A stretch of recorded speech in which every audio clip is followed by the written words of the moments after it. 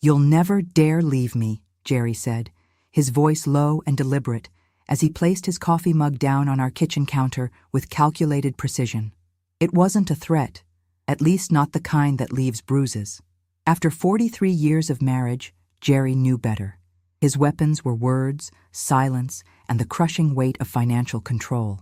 I stood there, my hands trembling slightly as I clutched the bank statement I'd discovered hidden in his desk drawer. The paper felt impossibly heavy for something so thin. "I'm 68 years old, Jerry. I've spent over 4 decades believing your lies. I won't spend what's left of my life the same way." My voice sounded strange to my own ears, stronger than I felt. "I'm Martha Callahan, and until this morning, I'd been the perfect doctor's wife in Brookhaven, Massachusetts. I'd hosted the hospital fundraisers, volunteered at the church, raised 2 children who'd grown up and moved away, and smiled through countless dinner parties where I was introduced simply as Jerry's wife. I'd swallowed my dreams so slowly, I hardly noticed they were gone." Jerry laughed, not the warm laugh I'd fallen in love with as a young woman, but the dismissive chuckle that had become familiar over the decades. "And where exactly would you go, Martha? Who would take you in? What would you live on?" He gestured around our immaculate kitchen, at the Sub-Zero refrigerator and the marble countertops I'd cleaned just that morning. "This house is in my name. The cars are in my name. Your credit cards are extensions of mine." He was right, of course. I'd discovered that this morning along with the bank statement, a separate account with nearly $1 million I'd known nothing about. Money that should have been ours. Money from the practice I'd helped build by entertaining colleagues, raising our children alone during his residency, moving 3 times for his career. The statement had been mailed to our home by mistake.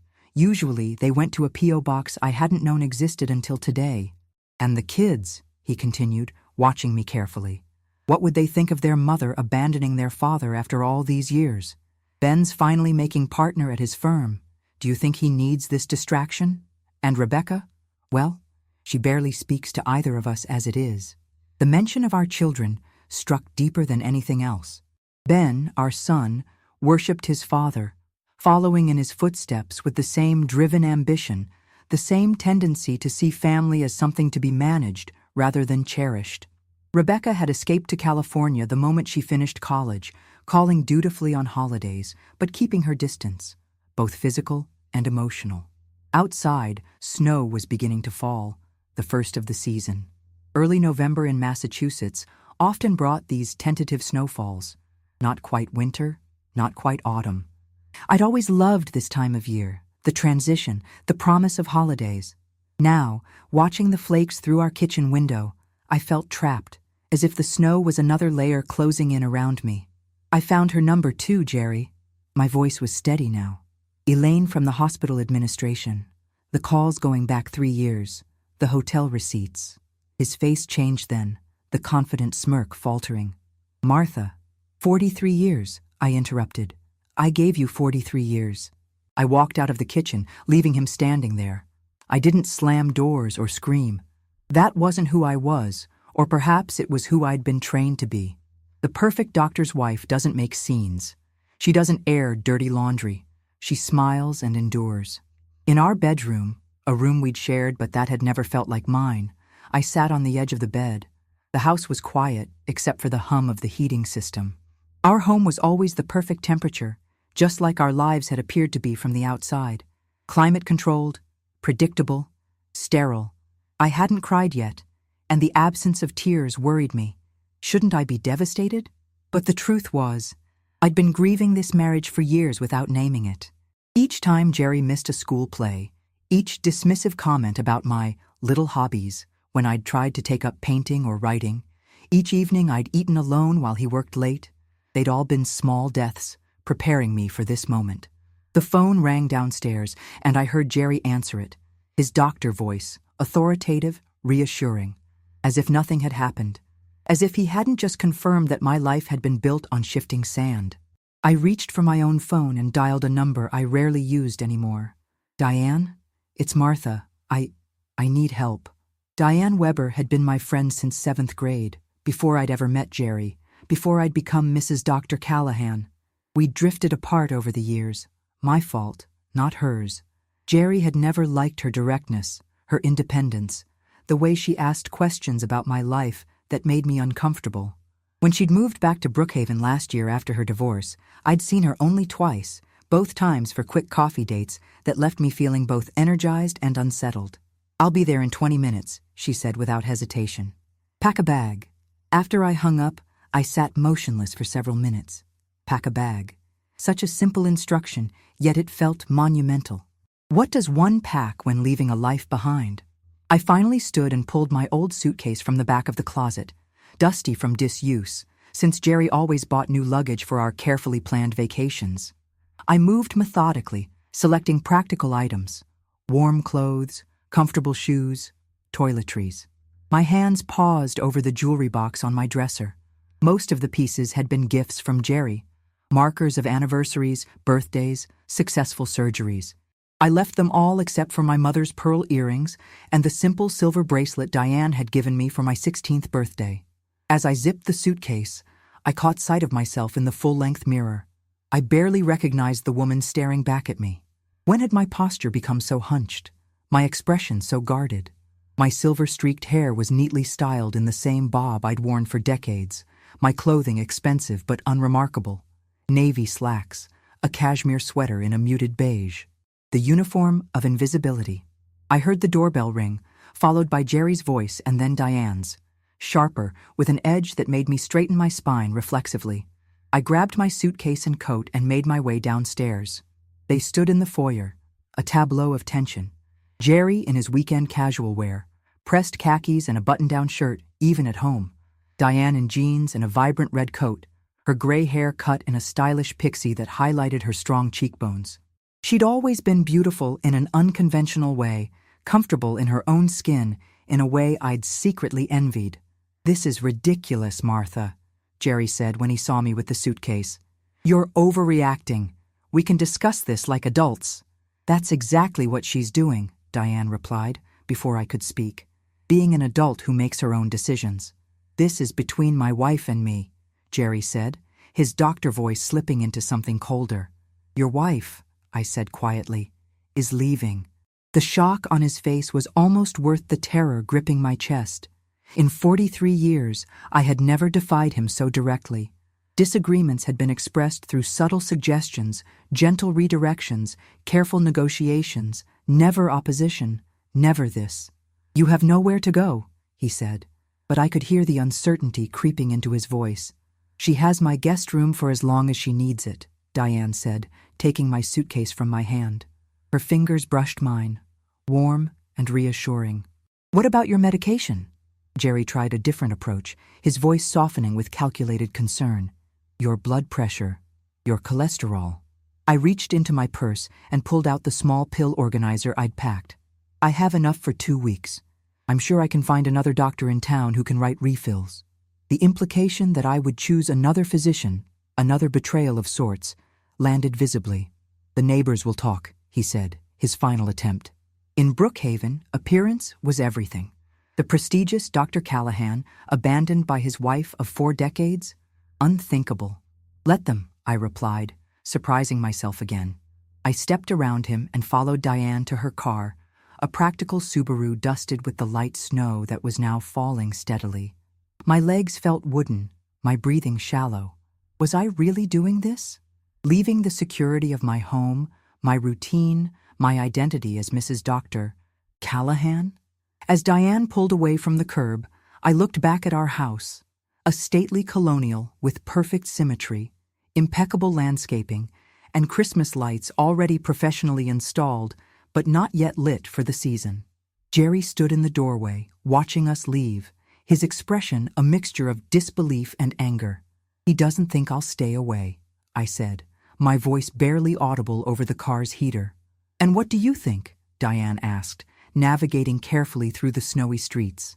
"I don't know," I admitted. "I've never done anything like this before." "That's not true," she said, glancing at me briefly. "Remember when we were 17 and you stood up to Mr. Patterson when he said girls shouldn't take advanced physics? You were the only one who challenged him, and then you got the highest grade in the class." I had forgotten that.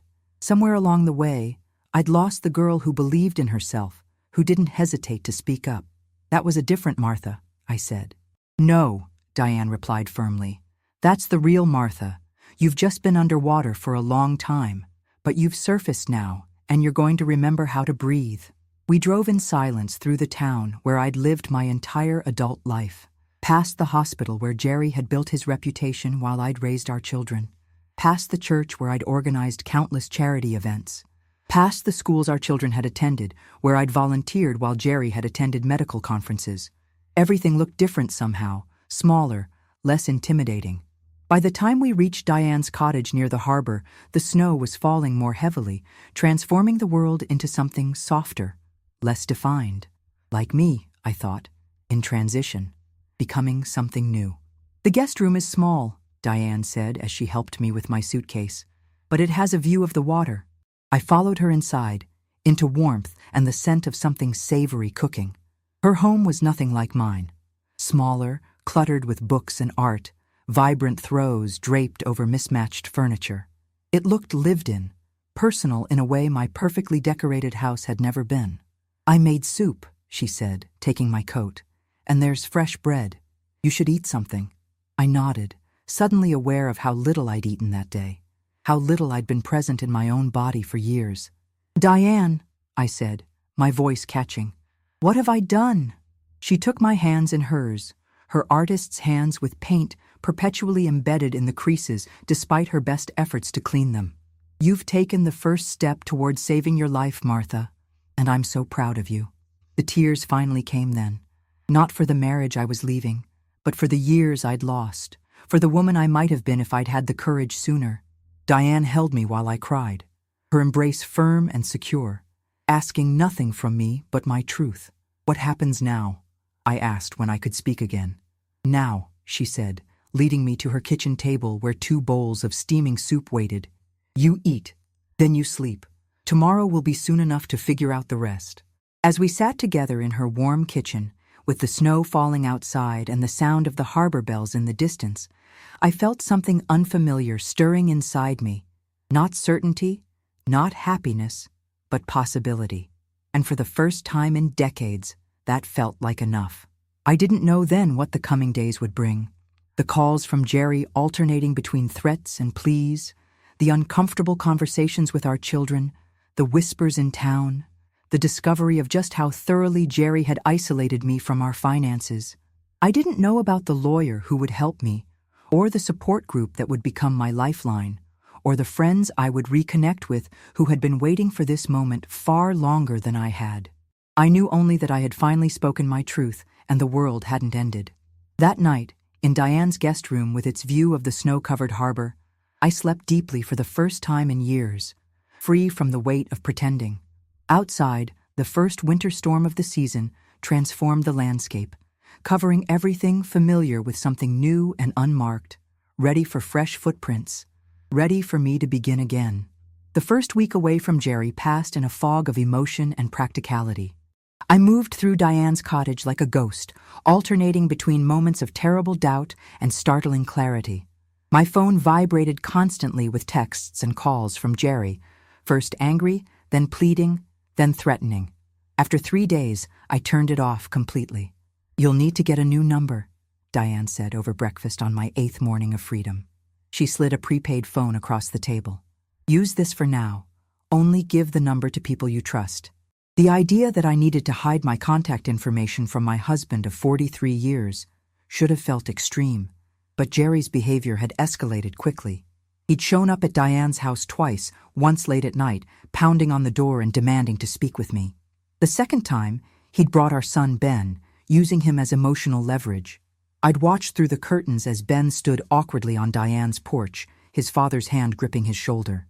At 42, Ben was still seeking his father's approval, still playing the role of dutiful son. I couldn't blame him. I'd played my own role for decades, but I couldn't face either of them that day, couldn't risk being pulled back into the life I was struggling to leave behind. I need to talk to the children properly, I said, turning the prepaid phone over in my hands. They deserve an explanation. On your terms, Diane emphasized, not Jerry's. Later that morning, Frank Weber, Diane's brother and a family lawyer, arrived at the cottage. With his salt-and-pepper beard and kind eyes behind wire-rimmed glasses, he looked nothing like the sharp-suited attorneys Jerry socialized with. Frank sat at Diane's kitchen table and spread out several folders while she made coffee. "Martha, I've drawn up some initial paperwork, but first we need to understand exactly what we're dealing with financially," he explained. "Based on what you've told me, I'm concerned about the extent to which Jerry has separated and possibly hidden assets."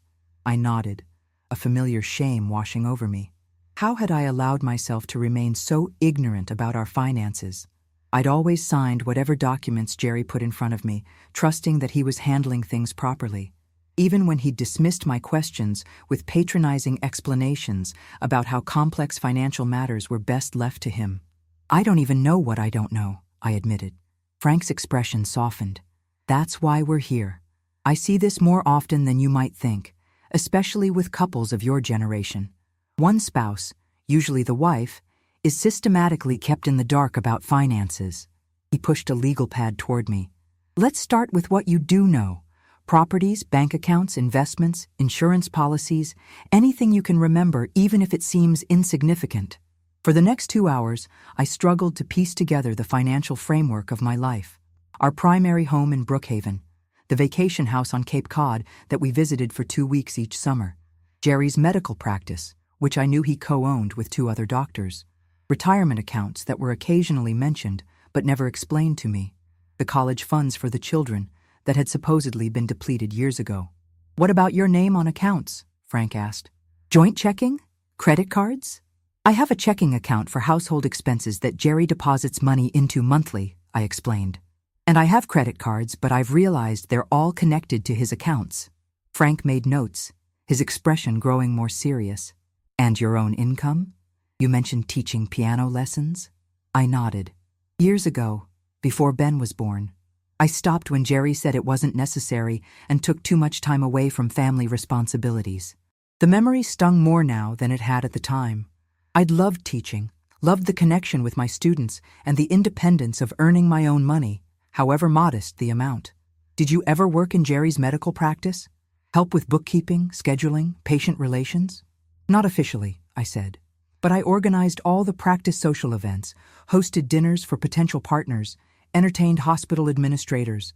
My voice trailed off as I realized how much unpaid work I'd contributed to building Jerry's career. Frank nodded thoughtfully. "That has value, Martha. In a long-term marriage like yours, the support you provided has concrete worth, even if you weren't on the payroll." By early afternoon, we had assembled a rough outline of my financial situation. The picture wasn't pretty. I had no independent income, minimal savings of my own, and potentially limited access to the marital assets until a divorce settlement was reached, a process Frank warned could be lengthy and contentious if Jerry chose to fight. "What about immediate needs?" Diane asked her brother. "Martha can stay with me as long as necessary, but she'll need money for basics." "We'll file for temporary spousal support right away," Frank assured us. "And given the length of the marriage and the discrepancy in earning power, long-term alimony is virtually certain. Massachusetts law is fairly clear on these matters." After Frank left, promising to begin the formal filing process the next day, I sat by Diane's front window, watching the harbor. The snow from the previous week had mostly melted, leaving everything looking damp and exposed. Like me. "You're thinking about going back, aren't you?" Diane asked quietly, joining me with 2 mugs of tea. I couldn't deny it. The financial reality was terrifying. The emotional toll of starting over at 68 seemed insurmountable in certain moments. "I keep thinking about what Jerry said. Where would I go? What would I live on?" "That's exactly what he wants you to think," Diane said firmly. "He's counting on your fear." "It's not just fear," I admitted. "It's habit. Even now, I keep wondering if he's eaten properly, if he remembered to pick up his prescription, if he's wearing the right tie to his meeting with the hospital board." I gave a hollow laugh.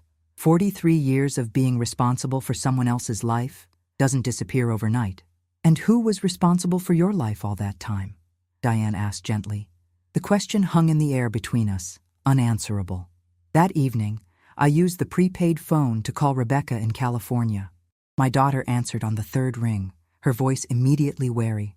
"Mom, Dad said you've had some kind of breakdown. The words stung, but didn't surprise me. Of course, Jerry would frame my departure as a mental health crisis rather than a response to his betrayal. I haven't had a breakdown, Rebecca, I said as calmly as I could. I've left your father. There's a difference. Silence stretched between us, thousands of miles of it. Why? She finally asked, her voice smaller somehow. After all this time, why now? I hadn't planned to share the details of Jerry's infidelity with our children, had thought I could simply explain that we'd grown apart. But Rebecca deserved the truth, or at least part of it.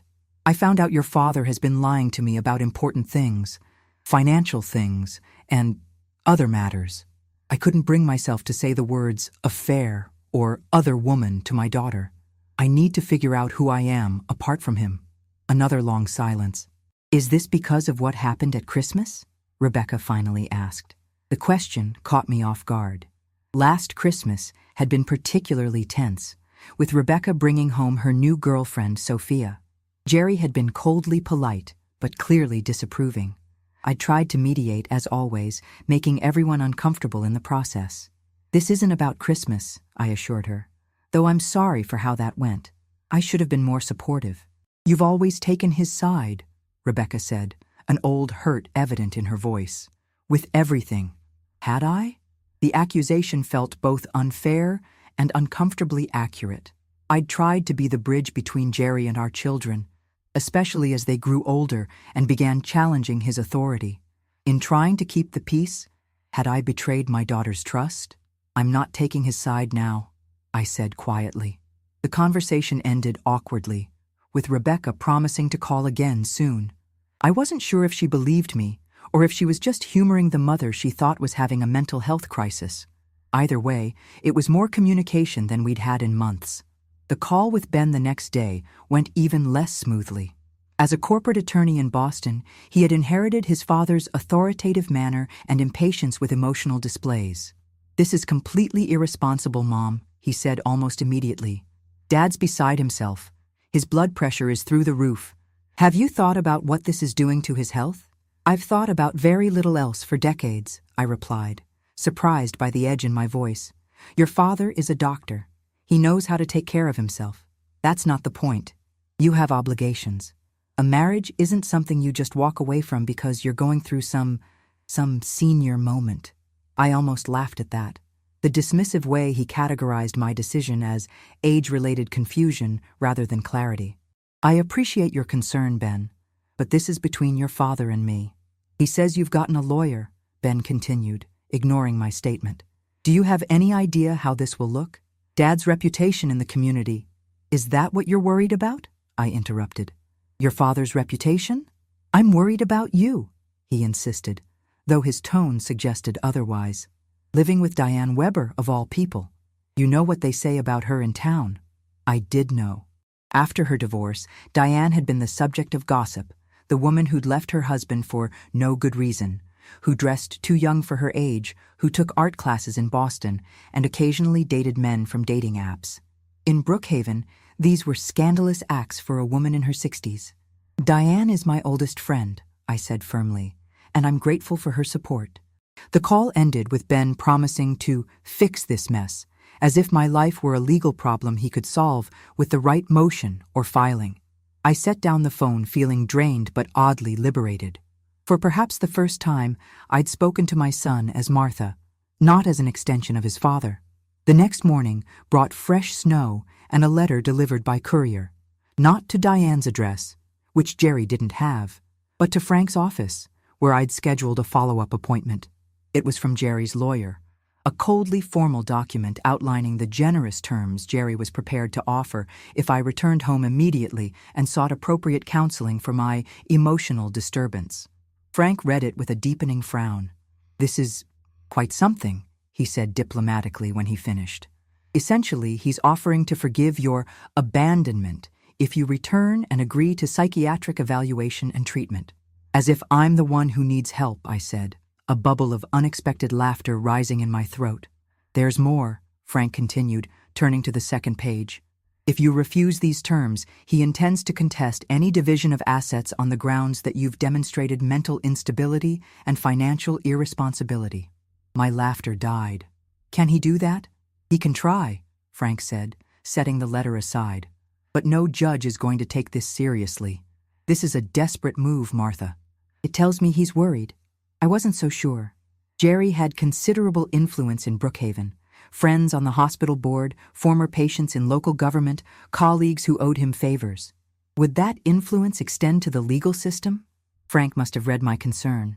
The law is on your side, he assured me. Massachusetts recognizes the concept of equitable distribution, regardless of who earned the money. Your contributions to the marriage, raising the children, supporting his career, maintaining the home, all have recognized value. I nodded, trying to believe him. On the way back to Diane's, we stopped at the small public library where I'd once volunteered. I needed to check my email on a public computer since I'd left my laptop behind and wasn't ready to purchase a new one yet. As I walked through the familiar doors, I was acutely aware of the glances and whispers from the staff. News traveled fast in Brookhaven. Mrs. Peterson, the head librarian who had once been my close friend, approached with obvious discomfort. "Martha," she said stiffly, "how unexpected to see you." "Hello, Margaret," I replied, forcing a smile. "I just need to use a computer for a moment." "Of course." She hesitated, then added in a lowered voice, "Jerry was here yesterday for the hospital board meeting. He seemed, well, concerned about you." I could imagine exactly what kind of concern Jerry had expressed. "I'm fine, Margaret. Better than I've been in a long time, actually." Her expression was skeptical, but she directed me to an available computer. As I checked my email, mostly messages from concerned acquaintances who'd heard various versions of what Jerry was calling my episode, I felt Margaret's gaze on me from behind the circulation desk. By the time I finished and stood to leave, 2 other women I knew from church had entered the library. They paused when they saw me, exchanging glances before approaching with exaggerated sympathy. "Martha, dear," said Susan Wright, reaching for my hands. "We've been so worried. How are you feeling?" "I'm well, thank you," I said, gently extracting my hands from hers. "Jerry told us at the committee meeting that you're taking some time for yourself," said Helen Barnes, her eyes scanning me as if looking for visible signs of instability. "Just know that we're all praying for your recovery." "That's kind," I replied. "But I'm not ill, Susan. I've left Jerry. We're separating." The blunt statement, so at odds with Brookhaven's culture of polite evasion, landed like a bomb in the quiet library. Susan's mouth actually dropped open while Helen took a small step back as if divorce might be contagious. "But after all these years?" Susan finally managed. "Yes," I said simply. "After all these years." As I walked back to Diane's car, I felt lighter somehow. The truth, spoken aloud in a public place to people who would certainly spread it, had been surprisingly liberating. Jerry could no longer control the narrative if I refused to play along. That evening, Diane suggested we attend a community art class at the local cultural center. "You need to get out," she insisted. "Start reclaiming public spaces. Brookhaven doesn't belong to Jerry." The thought of facing more whispers and stares was exhausting, but I recognized the wisdom in her advice. I couldn't hide forever. The art studio was warm and bright, with large windows overlooking the harbor. 10 easels were arranged in a semicircle, most already occupied when we arrived. I recognized several faces: a former patient of Jerry's, the owner of the local bookstore, a woman from my old garden club. Each registered varying degrees of surprise at seeing me. The instructor, a young woman with vibrant blue hair who had recently moved to town, seemed blissfully unaware of who I was, or the mild sensation my presence was causing. She welcomed everyone warmly and explained that we would be painting seascapes using techniques inspired by Turner. "Don't worry about getting it right," she advised. "Focus on how the scene makes you feel." I hadn't held a paintbrush since a brief period in my 30s when I'd taken art classes at the community college, until Jerry had pointed out that the time and expense weren't justified by my modest talent. Setting brush to canvas now, 40 years later, I felt simultaneously terrified and exhilarated. For 2 hours, I lost myself in blues and grays and whites, in the rhythm of brush strokes and the scent of paint. My seascape emerged not as a precise representation of the harbor view, but as something stormier, more emotional, waves crashing against rocks beneath a sky heavy with imminent change. "That's quite powerful, Martha," the instructor said when she came to check my progress. "There's real feeling there." By the end of class, my back ached from sitting on the unfamiliar stool and my fingers were stained with paint. My finished piece was amateurish compared to some of the others, but it was unmistakably mine, perhaps the first thing that had been truly mine in decades. As we gathered our belongings, Ruth Harper, my former neighbor from 2 streets over, approached hesitantly. "I like your painting," she said, gesturing toward my canvas. "It reminds me of that big nor'easter we had back in '98. Remember? When the power was out for 3 days?" I did remember. Jerry had been away at a medical conference, and Ruth and I had combined our perishable food and made impromptu meals for the neighborhood children by candlelight. It was one of the few times I enjoyed a power outage, I admitted. It felt like an adventure. Ruth smiled, then glanced around to make sure no one was listening. "I heard about you and Jerry," she said quietly. "For what it's worth, I think you're brave. Brave. Not crazy or selfish or having a breakdown. Brave." "Thank you," I whispered, unexpected tears pricking my eyes. As we walked back to Diane's cottage through the cold evening air, canvas under my arm, I thought about Ruth's words. Was I brave? Or just desperate? Perhaps the two weren't so different after all. That night, I dreamed of the ocean. Not violent and stormy as I'd painted it, but vast and waiting. In the dream, I stood at the edge of a dock, looking out at endless possibility. When I woke, traces of the feeling lingered, fear mixed with a fragile, growing hope. 2 weeks had passed since I'd walked out of my home. 2 weeks of legal consultations and uncomfortable phone calls, of whispers in public places and sleepless nights, but also 2 weeks of small freedoms, choosing what to eat and when, speaking my mind without calculating the response, reconnecting with the woman I'd been before I became Mrs. Dr. Callahan. I was still afraid, still uncertain about the future, but I was no longer drowning. I had surfaced, as Diane had said that first day, and I was slowly, painfully learning to breathe again. 1 month after leaving Jerry, I stood in front of the bathroom mirror in Diane's cottage, hardly recognizing myself.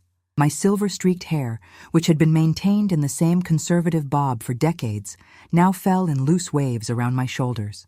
The change wasn't dramatic by most standards. I hadn't dyed it purple or shaved it off, but for me, it represented a small rebellion against the woman I'd been trained to be. "It suits you," Diane said, leaning against the doorframe. "You look more like yourself." "I'm not sure I know what that means anymore," I admitted, turning away from my reflection. The past weeks had been a crash course in rediscovering, or perhaps discovering for the first time, who Martha Callahan might be without Jerry's influence shaping every decision.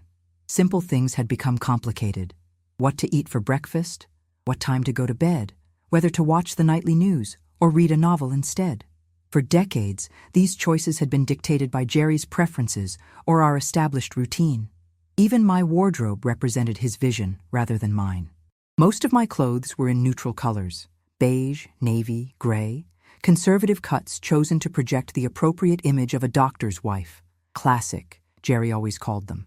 Timeless. What he meant was unnoticeable. I'd left most of those clothes behind, bringing only what I needed for immediate practicality. "We should go shopping," Diane suggested, as if reading my thoughts. "You can't keep wearing my sweaters forever, though that blue one does look better on you than it ever did on me." I glanced down at the soft turquoise sweater I'd borrowed, brighter than anything I'd worn in years. I wouldn't know where to start. "That's the beauty of it," Diane replied. "You can start anywhere you want." That afternoon, we drove to a small boutique in a neighboring town where I wouldn't likely run into anyone from Brookhaven. The owner, a stylish woman around my age, greeted us warmly and without the curious looks I'd grown accustomed to receiving at home. "My friend needs a completely fresh start," Diane explained. "Something that reflects who she is now." "Wonderful," the owner said, looking me over with a professional eye. "And who are you now, dear?" The question caught me off guard. Who was I?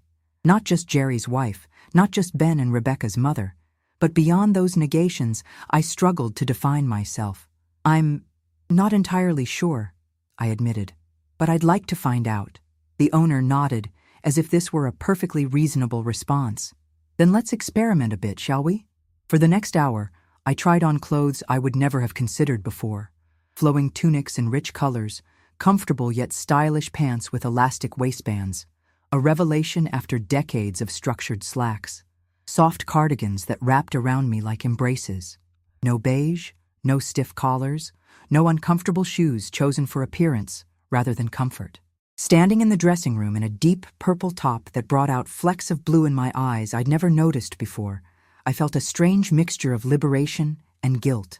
These clothes weren't extravagant, nothing compared to the designer labels Jerry had insisted I wear to hospital functions, but spending money on myself still felt forbidden somehow. "I can't afford this," I whispered to Diane when we had a moment alone.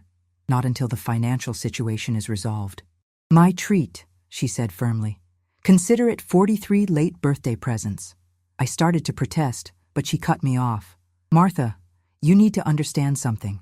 When Jerry isolated you financially, it wasn't just about money. It was about autonomy, about your right to make choices. So today, choose something just because you like it. Not because it's practical or appropriate or what's expected, just because it brings you joy. Joy." Such a simple word for something that had become so foreign to me. In the end, I left with several new outfits, each one a small declaration of independence. The bags felt impossibly light for the weight of their significance. That evening, as we unloaded the shopping bags in Diane's guest room, which had gradually acquired touches of my personality over the past weeks, my prepaid phone rang. It was Rebecca. "Mom?" Her voice sounded different, less guarded than during our previous conversations. "I've been thinking about what you said, about leaving Dad. I think I understand." I sat on the edge of the bed, clutching the phone. "You do?" "Sophia and I have been talking about it a lot," she continued. "About patterns and how we sometimes don't see them when we're inside them. She says," Rebecca paused, "she says you're brave." That word again. Brave. It still didn't feel true, but hearing it from my daughter, who had spent years maintaining a careful distance from both her parents, loosened something in my chest. "I've booked a flight," Rebecca continued. "I'm coming to see you next weekend. Just me, not Sophia this time. If that's okay?" "Of course it's okay," I said, blinking back tears. "More than okay." After we hung up, I sat motionless, processing the shift in our relationship. Rebecca had chosen to visit me separately from her father without his knowledge or orchestration. It was a first in our adult relationship. The next morning brought a different sort of change. Frank called with news about the financial discovery process. "We've identified several accounts Jerry hadn't disclosed," he explained, including one with substantial deposits coinciding with the sale of his first practice 10 years ago. "Based on these findings, I'm preparing to file for emergency spousal support while we continue building the full financial picture." "What does this mean practically?" I asked, still struggling to understand the legal process. "It means the court can order Jerry to provide financial support immediately, rather than waiting for the final divorce settlement. It also means we have evidence that he's been hiding assets, which strengthens our position significantly." I should have felt vindicated by this news, but instead, I felt a profound sadness. Not for the end of my marriage, that grief was separate and already being processed, but for the reality that the man I'd built a life with had been systematically ensuring I would remain dependent on him. The financial deception represented a deeper betrayal than even the affair. It was calculated, sustained, and designed to keep me trapped. Later that week, I had my first court appearance for the emergency support hearing. Frank had prepared me thoroughly, explaining that these proceedings were typically straightforward, but Jerry's attorney had requested a full hearing, forcing me to testify about my financial situation. The courthouse in downtown Brookhaven was an imposing brick building I'd passed countless times without ever entering. Now, dressed in one of my new outfits, a deep blue dress that made me feel both dignified and authentic, I climbed the steps with Frank beside me, acutely aware of being watched. Brookhaven was small enough that my presence at court would be noted and discussed. Inside, the courtroom was smaller than I'd imagined, with worn wooden benches and fluorescent lighting that cast everyone in an unflattering pallor. Jerry and his attorney were already seated at one of the tables at the front. Jerry wore his serious occasion suit, charcoal gray with a subtle pinstripe, and had gotten a fresh haircut. He looked exactly as he always had, distinguished, authoritative, completely in control. When he turned and saw me, something flickered across his face. Surprise, perhaps, at my changed appearance. I'd half expected to feel the old pull toward him, the instinct to check if his tie was straight or if he needed anything. Instead, I felt a strange detachment, as if I were observing a familiar character in a play rather than the man who had been the center of my universe for over 4 decades. The hearing itself was both tedious and surreal. Jerry's attorney, a slick Boston lawyer with an aggressive manner, portrayed me as a woman having a late-life crisis, emotionally unstable and making irrational decisions. He emphasized my lack of independent income, my age, and the generous lifestyle Jerry had provided, suggesting that any financial hardship I now faced was entirely self-inflicted by my abandonment of the marriage. When it was my turn to testify, Frank guided me through a series of questions about my contributions to the marriage, my current living situation, and my basic needs. I spoke clearly, meeting the judge's eyes, surprising myself with my own composure. During cross-examination, Jerry's attorney became more pointed. "Mrs. Callahan, isn't it true that your husband offered to welcome you back home with no questions asked? He offered to take me back if I agreed to psychiatric evaluation and treatment," I corrected, "for an illness I don't have. And you've been living with Diane Weber, is that correct? A woman known in the community for her unconventional lifestyle choices?" Frank objected immediately, and the judge sustained it, but the implication was clear. I had fallen under the influence of a bad element, a divorcee who had corrupted my thinking. Throughout the questioning, I kept my eyes away from Jerry, focusing instead on the judge, a woman perhaps 10 years younger than me, with a thoughtful expression and a wedding band worn smooth by decades. When the hearing concluded, the judge took only a brief recess before returning with her decision. "The court finds sufficient basis to award temporary spousal support in the amount of $5,000 monthly, effective immediately," she stated. Additionally, Dr. Callahan is ordered to continue health insurance coverage and to provide Mrs. Callahan with access to the joint checking account that existed prior to their separation. She looked directly at Jerry as she continued. "The court takes a dim view of financial isolation tactics in marriages of this duration. Further attempts to restrict Mrs. Callahan's access to marital assets before final distribution may result in additional penalties." The relief I felt wasn't primarily about the money, though the practical implications were significant. It was about being seen, truly seen, as a person with rights and value, independent of my husband. The judge had cut through Jerry's carefully constructed narrative and recognized the reality beneath. As we left the courtroom, I finally allowed myself to look at Jerry. His face was rigid with anger, his knuckles white where he gripped his briefcase. For a moment, our eyes met, and I saw something I'd never seen before: uncertainty. For perhaps the first time, Jerry wasn't in complete control of the situation, and he didn't know how to process that reality. Outside the courthouse, a light rain was falling, the kind that seems to blur the edges of everything. Frank offered to drive me back to Diane's, but I asked him to drop me at the small park near the harbor instead. I needed to be alone to process what had happened. The park was deserted in the drizzle, the wooden benches slick with moisture. I sat anyway, opening the umbrella Diane had insisted I take that morning. From this vantage point, I could see most of downtown Brookhaven, the church where I'd taught Sunday school, the community center where I'd organized fundraisers, the shops where proprietors knew me only as Dr. Callahan's wife, a town I'd lived in for most of my adult life, yet had never fully inhabited as myself. Movement caught my eye, a figure approaching along the harbor path. As they drew closer, I recognized Claire Simmons, a woman I knew vaguely from the hospital auxiliary committee. She'd always been friendly, but not particularly close, one of the many acquaintances that populated the periphery of my carefully curated social life. "Martha," she called, hurrying over with her own umbrella. "I thought that was you. Are you all right? You're soaked." I hadn't noticed the rain seeping through my coat, my mind too occupied with the morning's events. "I'm fine," I said automatically, then reconsidered. "Actually, that's not true. I don't know what I am." Instead of the awkward retreat I expected, Claire sat down beside me on the wet bench. I heard you were in court today, she said simply. Of course she had. Nothing stayed private in Brookhaven. News travels fast, I said with a wry smile. Small towns, she agreed. For what it's worth, not everyone believes Jerry's version of events. I looked at her in surprise. What do you mean? Claire hesitated, then seemed to make a decision. I'm part of a support group that meets at the community center on Thursday evenings.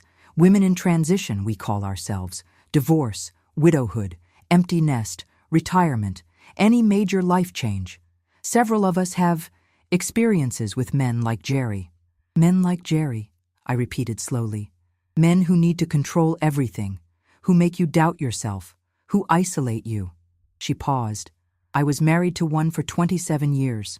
I studied her with new interest. Claire had always seemed so put together, so confident. I would never have guessed she shared any part of my experience. After the divorce, how did you rebuild? I asked. One day at a time, she said. With help. That's why we started the group. She reached into her purse and pulled out a business card with a phone number handwritten on the back. Thursday at 7, if you're interested. No pressure. I took the card, turning it over in my fingers. I'll think about it. As Claire walked away, I remained on the bench, rain pattering on my umbrella. The card a small weight in my pocket. Another choice to make, another small step toward whatever I was becoming. Rebecca's visit that weekend was a revelation.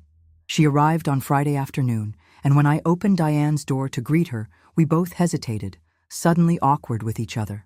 My daughter looked more like me than I usually acknowledged.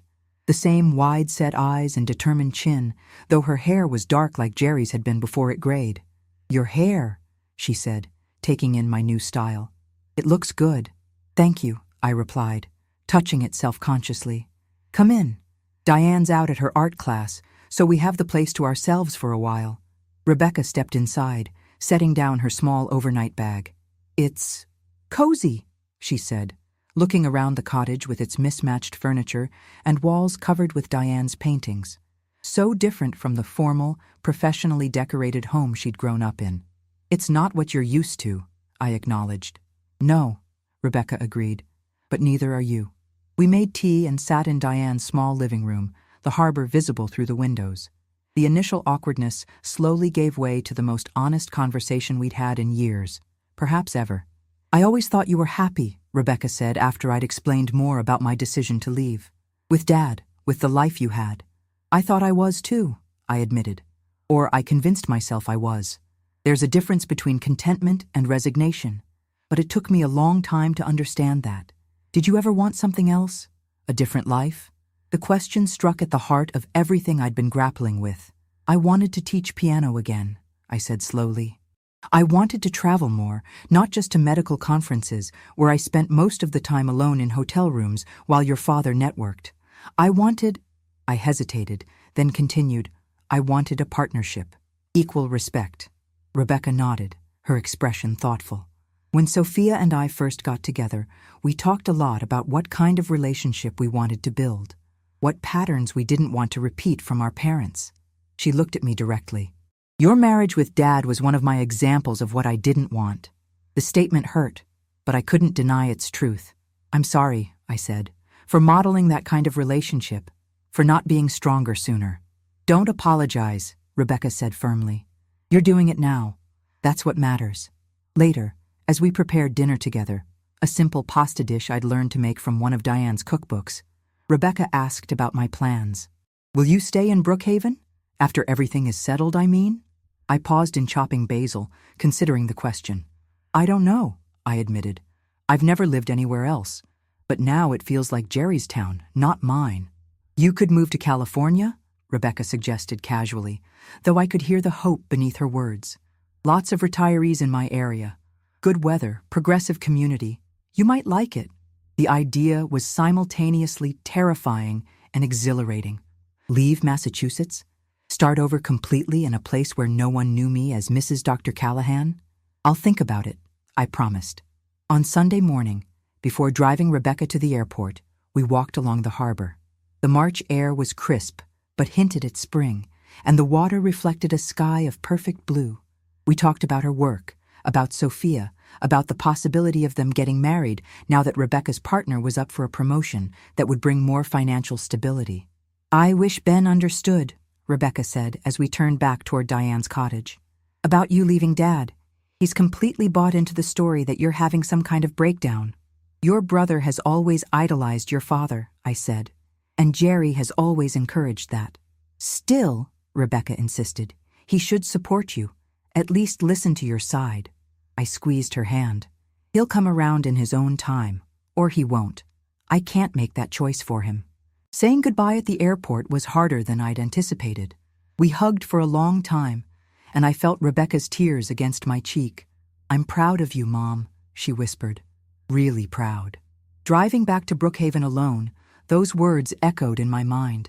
My daughter was proud of me, not for being a perfect wife or maintaining a beautiful home or hosting flawless dinner parties, but for finding the courage to claim my own life.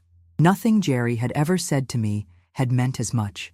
That Thursday, I found myself standing outside the community center at 6:55 p.m., Claire's card clutched in my hand. Through the windows, I could see a circle of chairs being arranged in one of the meeting rooms, women of various ages helping to set up. I nearly turned away. What did I have in common with these women, beyond the broadest definition of transition? What would I even say? But as I hesitated, the door opened, and Claire stepped out. "Martha," she said warmly, "I was hoping you'd come. First time is the hardest." Before I could respond, another woman emerged behind her, Ruth Harper, my former neighbor who had spoken to me at the art class. "Well, look who's here," Ruth said with a smile. "About time." I recognized several other faces as I entered the room. Women from church, from the garden club, from the hospital auxiliary. Women I'd known for years, but never truly known. Each greeted me with a nod or smile, without the pitying looks or whispered comments I'd grown accustomed to around town. The meeting began simply, with Claire welcoming everyone and explaining the group's purpose for any newcomers. Then, one by one, women shared updates on their situations. A widow who had finally cleaned out her husband's closet after 2 years. A newly divorced mother navigating co-parenting with a difficult ex. A woman in her 70s who had recently moved to assisted living and was struggling with the loss of independence. When it came to my turn, I surprised myself by speaking steadily about the court hearing, about Rebecca's visit, about my uncertainty regarding the future. "I feel like I'm starting from scratch," I concluded, "learning how to be a person outside of my marriage." The women nodded in understanding. No platitudes, no easy solutions offered, just recognition of the journey. After the meeting, several members lingered, chatting over coffee and cookies. Ruth approached me, 2 cups in hand. "You know," she said, passing me one, "I've lived across from you for 15 years, and this is the first time I feel like I'm actually meeting you." "I'm not sure I knew myself well enough before to really meet anyone else," I admitted. Ruth laughed, a surprisingly youthful sound from her 72-year-old frame. "Better late than never, my dear. Better late than never." Walking back to Diane's cottage that evening under a sky full of stars, I felt something shift inside me. Not the ground beneath my feet suddenly solid, but rather my own center of gravity adjusting to a new reality. I was not alone in this journey. There were women who understood, who had walked similar paths, who had rebuilt their lives one difficult choice at a time. For the first time since leaving Jerry, I allowed myself to look beyond the legal proceedings and practical concerns to the more profound question. Who did I want to be now that I could finally choose for myself? I didn't have an answer yet, but I was beginning to trust that I would find one. 6 months after leaving Jerry, I stood in the small apartment I now called my own. Late September sunlight streamed through windows I'd deliberately left uncurtained, illuminating walls painted in soft blue. My choice, not a decorator's, not Jerry's. The space was modest compared to the home I'd left behind. A 1-bedroom unit in a renovated historic building downtown, walking distance to the harbor. What it lacked in square footage, it made up for in character and, more importantly, independence. The divorce had been finalized 3 weeks earlier. In the end, Jerry had recognized the inevitability of the legal outcome and agreed to a settlement rather than face further scrutiny of his financial manipulations. I'd received half of our assets, substantially more than he'd initially offered, though Frank suspected still less than my true entitlement. The vacation home on Cape Cod had been sold, the proceeds divided. I'd relinquished any claim to Jerry's medical practice in exchange for a larger portion of our retirement accounts and investments. It was enough. Enough for this apartment, enough for security, enough to begin building a life that belonged to me alone. I adjusted a framed watercolor on the wall, one of my own paintings, completed in the art class I now attended weekly.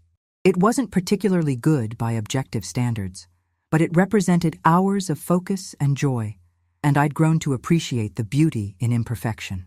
My phone chimed with a text message. Rebecca, confirming her flight details for the following week.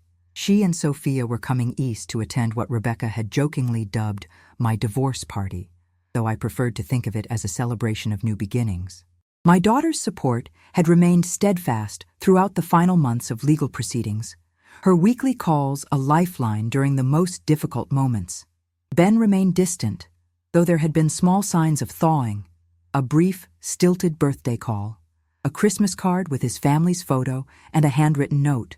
Hope you're doing well. Not forgiveness or understanding, not yet, but an acknowledgement of my continued existence in his life. It was a start. The kitchen timer beeped, pulling me from my thoughts. I was experimenting with baking sourdough bread, a hobby I'd taken up recently, enjoying the tactile process and the satisfaction of creating something nourishing with my own hands. Today's loaf was for the support group potluck, where we'd be welcoming 2 new members. The women's group had become central to my new life. What had begun as a lifeline during crisis had evolved into a community of friends who understood the journey of reinvention at an age when society expected settled predictability. Claire, Ruth, and the others had supported me through the worst days of the divorce process, celebrated each small victory, and gently challenged me when old patterns of self-doubt emerged. As I removed the golden brown loaf from the oven, I thought about how much had changed since that first terrifying day of leaving. The practical aspects were significant. My own bank accounts, my own address, my name restored to Martha Wilson, reclaiming my identity before Jerry. But the internal transformation ran deeper. I had discovered boundaries I never knew I needed and strengths I hadn't recognized. I'd learned to make decisions without seeking approval, to trust my own judgment, to recognize when discomfort signaled growth rather than danger. I'd begun to distinguish between loneliness and solitude, finding unexpected peace in moments of quiet self-companionship. There had been setbacks, of course, days when grief ambushed me, not for Jerry or the marriage itself, but for the decades spent living half a life, for the younger woman whose potential had been slowly suffocated. Moments of paralyzing anxiety about the future, about aging alone, about financial security despite the settlement, painful encounters around town with former friends who had chosen sides, who still viewed my decision as incomprehensible. But for each step back, there had been 2 forward. New friendships formed, new skills developed, new confidence in navigating the world as myself rather than as an extension of someone else. The doorbell rang as I was wrapping the bread in a clean kitchen towel. Diana stood outside, arms full of grocery bags. "Final supplies for tomorrow," she announced, breezing past me into the kitchen. "The liquor store had that champagne you liked at Ruth's birthday, so I got extra. Tomorrow. The party. My party." The idea still felt surreal. It had been Claire's suggestion initially, during a support group meeting when I'd mentioned that the divorce was nearly final. "You should mark the occasion," she'd said. "Rituals help us process transitions."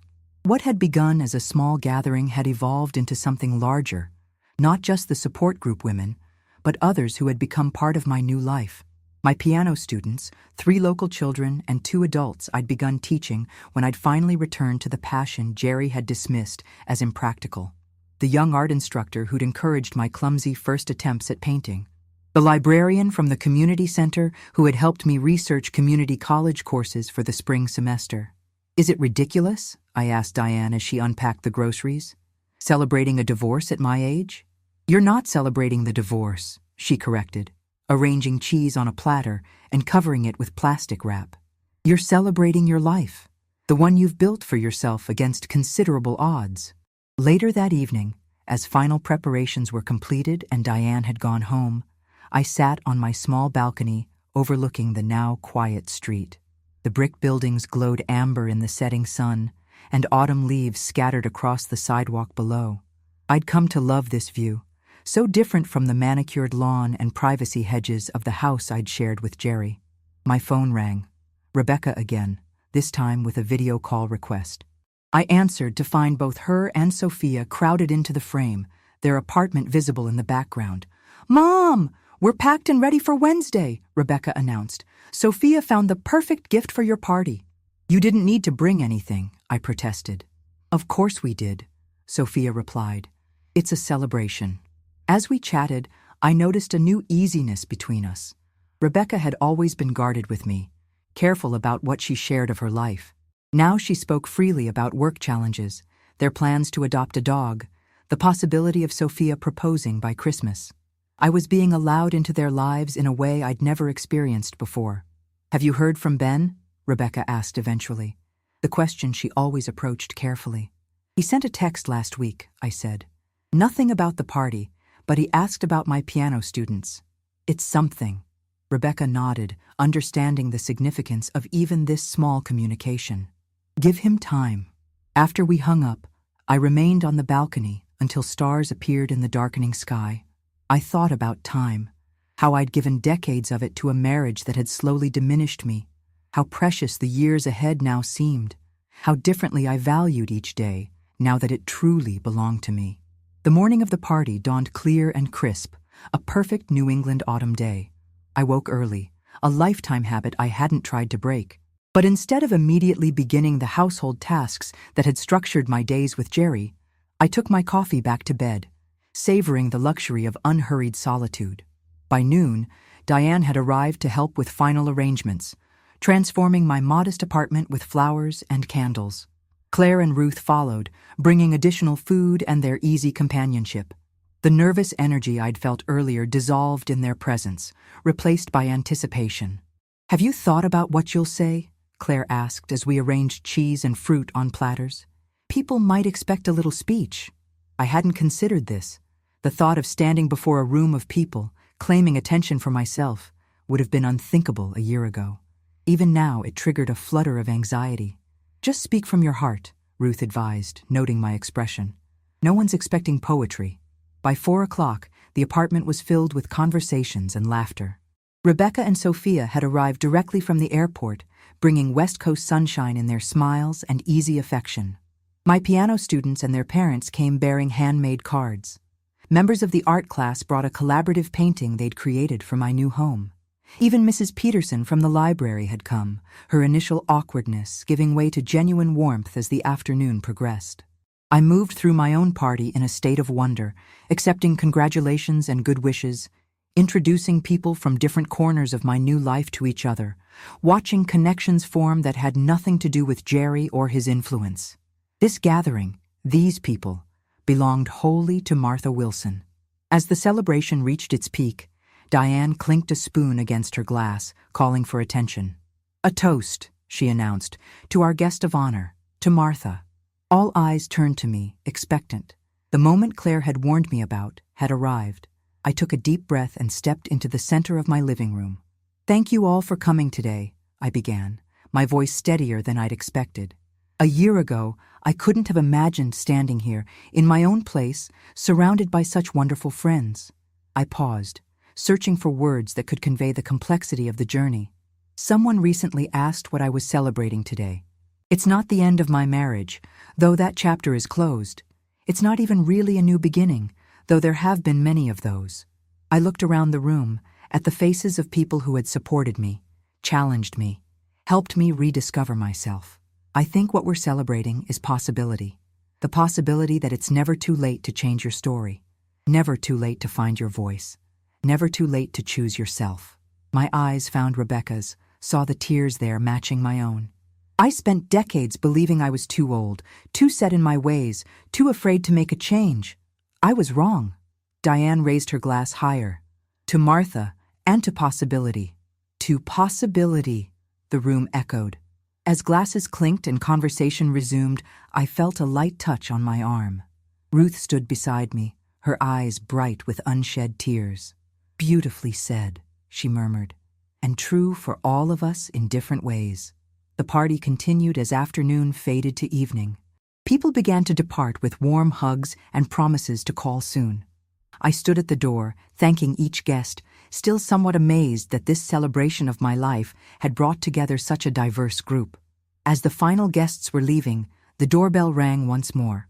I opened it, expecting perhaps a forgotten item being returned.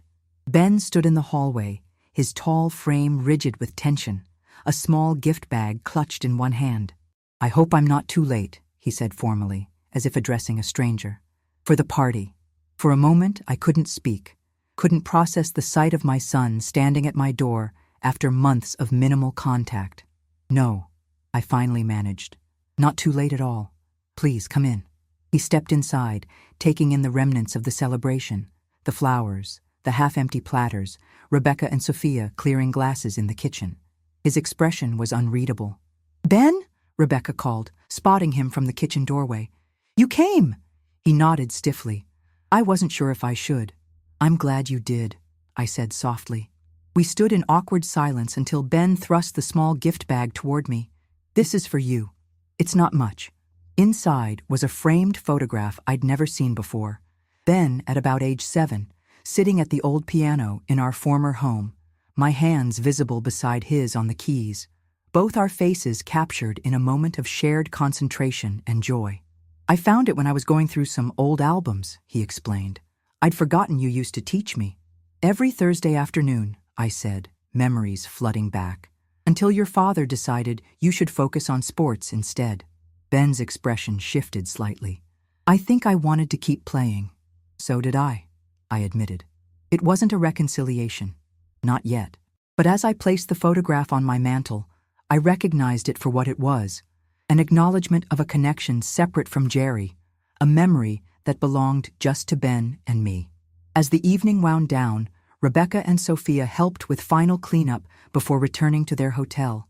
Ben had stayed for only 30 minutes, but had agreed to coffee the next day, a small step toward rebuilding our relationship. Diane was the last to leave, embracing me tightly at the door. "Proud of you," she whispered.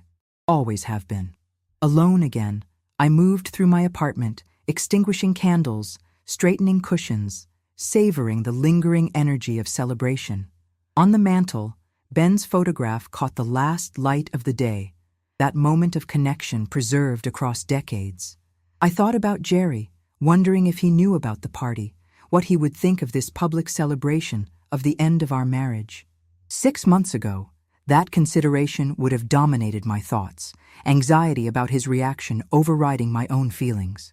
Now it was merely a passing curiosity, no more significant than wondering about tomorrow's weather. My life was my own now, its pleasures and challenges, its friendships and purposes, its past and future. At 68, I had discovered that it was indeed never too late to rewrite your story, to find your voice, to throw yourself a party celebrating the courage to say enough and the wisdom to recognize your own worth. Outside my window, stars appeared in the deepening twilight. Inside, in the home I had created for myself, I stood in the center of possibility, no longer afraid of what came next. If you've ever felt trapped in a life that no longer serves you, remember that it's never too late to choose yourself. Thank you for sharing my journey with me. If you want to hear more stories of women finding their strength later in life, subscribe to my channel and join our growing community.